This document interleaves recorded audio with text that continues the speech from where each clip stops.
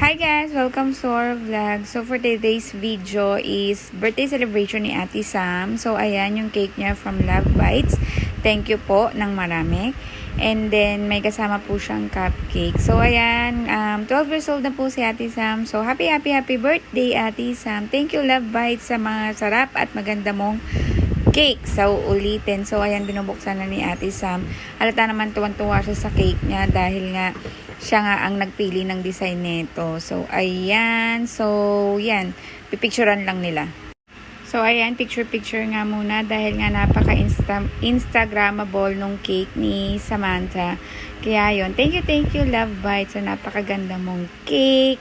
Ayan, so nagpicture muna sila and then later on magkakanta-kanta na sila ng happy birthday Ate Sammy. Yung celebration niya nga pala guys is sa labas. Kaya ayun yun. So yummy talaga nung cake niya. So ayan na, sobrang sarap nung cake. Dinutdut na nung anak ko. Sabi ko mamaya mo natututin pagkatapos ng kantahan. Happy birthday to you. Happy birthday to you. Happy birthday, happy birthday. Happy birthday to you.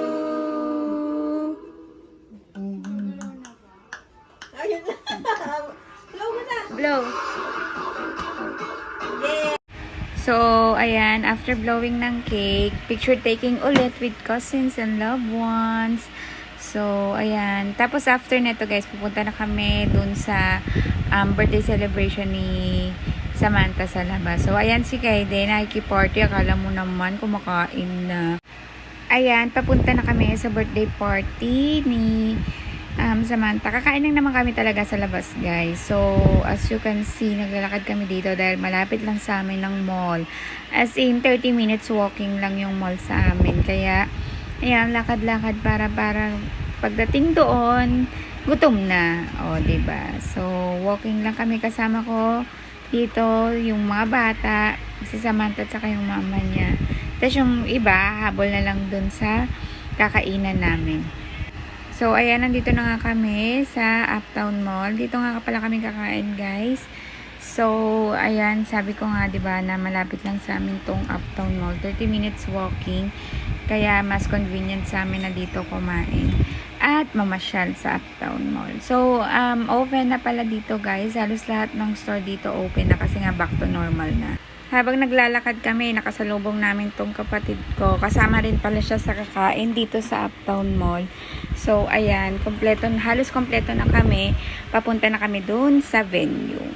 Ayan, packet na kami sa venue, guys. Yung venue nga pala namin is yung Max, kung saan din bininyagan si Josiah. Kung hindi nyo pa po napapanood yung video nung binyag ni Josiah is ililink ko na lang sa description box yung video niya para mapanood nyo yung location kung saan at kung gaano kaganda mag party sa Max Restaurant. O diba pinromote ko pa kahit hindi naman ako sponsored ng Max. At nandito na nga po kami sa Max Restaurant. So, ayan, umu-order na lang kami kung ano yung kakainin namin dito. So, picture taking ulit muna para may remembrance sa birthday celebration ni Ate Sammy. So, ayun. So, ayan, tingin-tingin lang ng menu para mamaya kakain lang. Ito si Juliana, makapili. Akala mo naman, kumakain ng mga yan. Makapili siya ng halo-halo at shake. Akala mo naman, kinakain niya talaga. Nako ka. At meron pa nga pong isang humabol, si Tita April. Hi, Tita April. So, ayan, malapit na pong makompleto yung list ng mga bisita ni Ate Samantha. So, while waiting kami ng food, ayan, kwentuhan mo. At ayun na nga, dumating na nga yung mga pagkain. So, mataka muna kayo sa mga order na in-order namin from Max. So, ayan, tara, kain. Mainggit kayo. Charot, ayan. So, yun lang yung mga in-order namin. Nakaset meal yan, guys, para para sulit naman yung bayad. Kasama na rin yung drinks dyan. So, ayan, si Kaden, akala mo naman kakain. So, tara guys, kain. Matakam kayo.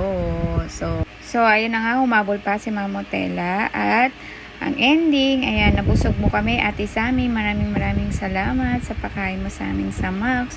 Sobrang sarap, hindi naman, 'di ba, obvious. At yun na nga, nakatulog na rin si Kaiden. So, ayan, after ng party, ito guys, mayroon akong regalo kay Samantha. So, binuksan ko muna para ma-check kung okay ba talaga yung nabili ko sa Shopee na bag for Samantha. So, ayan, binubuksan ko siya para ma-check at saka kailangan din ng video para just in case na may sira yung bag is pwede namin i-send back to Shopee ulit. Sa Seiko sana ko pala siya nabili guys. Tapos meron siyang personalized na name tag na nakalagay dun sa bag at nilagay ko nga yung pangalan ni Samantha. Pero yung nilagay ko guys is yung Zoe, yung second name niya. So habang binubuksan ko nga yung bag, meron na namang dumating na box from US. Thank you sa mga sponsor namin. So, ayan na nga, may excited na naman na isang bata dito na gusto nang buksan yung box na ito. Ito nga pala guys, galing naman to kay Mamita ni Juliana. Maraming salamat! So, ito na nga, binuksan na nga namin at ayun, ang maraming goodies na dumating. Maraming salamat po sa lahat po ng nagbigay for the kids and for us. Thank you so much. Bye!